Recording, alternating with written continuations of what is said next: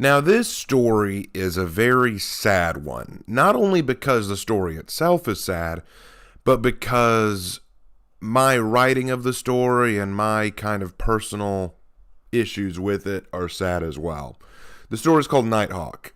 I don't have a whole lot of pictures for it, just a few, but I'll be playing them across the screen as usual.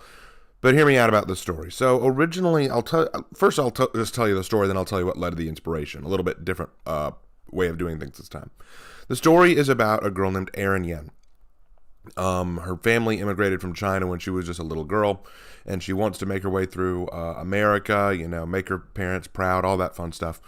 Well, unfortunately, there was a car bomb terrorist attack near her college. She was caught up in it, and her body was blown sky high, if you get my meaning.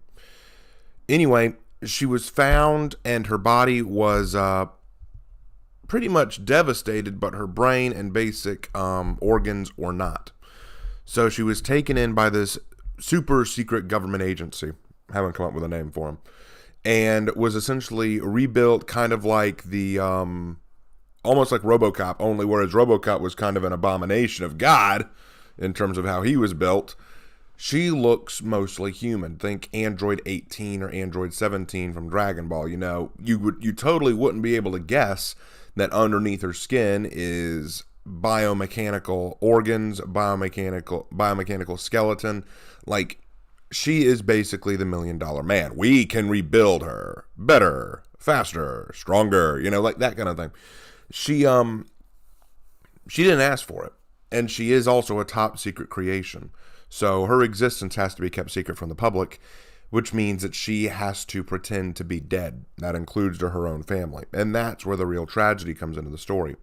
The only person who knows about her is actually her former pastor, because he is the one who brought her body to them in the first place to see if they could save her.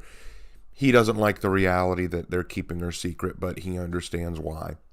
Anyway, point is, they want to get to the bottom of who these terrorists are because, well, they've been a problem for a while, but this is the first time they've done anything so close to American soil. So they think that they're up to something, and they decide, you know what, we're going to start taking the fight to them, and our secret weapon is going to be Nighthawk, which is the code name they've used for Erin.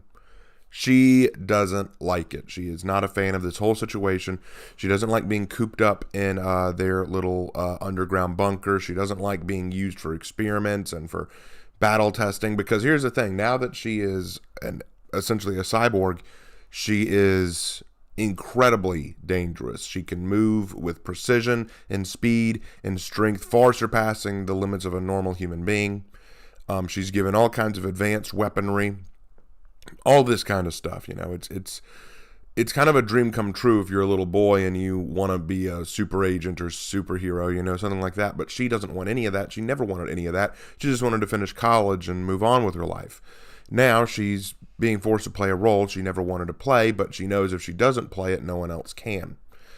Well, I think it was in chapter 2 or 3 of the story, I had her sneak out and sneak home, and we have this very emotional chapter where she visits her family, but they're all asleep, so they don't know she's there, and she's just kind of it would almost be creepy without the right context, but almost like watching them, just observing them, like tempted to wake them up and tell them she's there, but also knows she can't.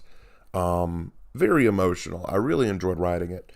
Now it's time for you to know the tragedy of the story. The real tragedy of the story is, when I wrote it, it was completely on the grounds of emotional strength. I was writing it because I wanted to see the emotion come forward in these characters. I wanted to see the tragedy of this girl having her life ripped from her. I wanted to see the tragedy of her not being able to communicate with her family. I wanted to see all these emotions come forward. The joy of the fight, like I knew when I was in the octagon. The anger of betrayal. The sadness of separation. I had emotion on the brain, and I was ready to put it all into this writing. But the problem is, and I've said this in a few of my Raven's Writing Room, emotional payoff cannot be first priority in writing your story. Narrative has to be. And in terms of narrative, I really didn't approach this well. I didn't have a solid understanding of the villain or their goals. I didn't really have a solid goal set up for the terrorists in question. And because of that, nothing made sense after I got some of my emotional payoffs. So like I said, that scene where she goes to see her family, I got that emotional payoff and it was strong. I was proud of that chapter. It felt really good. But when it came time for me to actually confront the enemy, confront the big baddies like as one is to do, I had no idea where to take it. I didn't have a clue because I didn't have a story. I had the emotional payoff I wanted, but I had no story. I had no direction. I had no end goal. None of it. And because of all that, well, the story suffered and it never made it past, I think, chapter 6. It's kind of dead in the water. And I feel really bad about that because it's not a bad concept. It's a concept that I think can work. It's a concept that I think has merit, but it needed the proper amount of time given to the narrative. Now, the other aspect of this that I'm sure people are wondering is, okay, well, does that mean you're going to go back and finish it now? I'd like to. I think it'd be nice to go back and retry it, actually dedicate time to the narrative. But I've got so many stories going on right now, it'll be a bit before I ever sit down and really focus on that story. But it is something that I'd kind of like to do in the future if I could. Nighthawk is one of those stories that presents a really cool idea, but I just haven't given it the love that it deserves. And it deserves love. It deserves something really good. In fact, my buddy Jay actually drew a really cool picture of Cyborg Claire, which I really, really like. And that kind of made me want to get back to Nighthawk. So who knows? Maybe that'll be the next inspiration for Nighthawk. Maybe I'll use that and work it in somehow, but I don't know. Maybe she'll be the new Aaron. I don't know. I haven't worked it out yet. But that's pretty much all for this one. Kind of short, but I wanted to share my thoughts about this story and my experiences with it. I hope you guys enjoyed this video. Thank you so much. And as always, I will see you in my next video. Take care.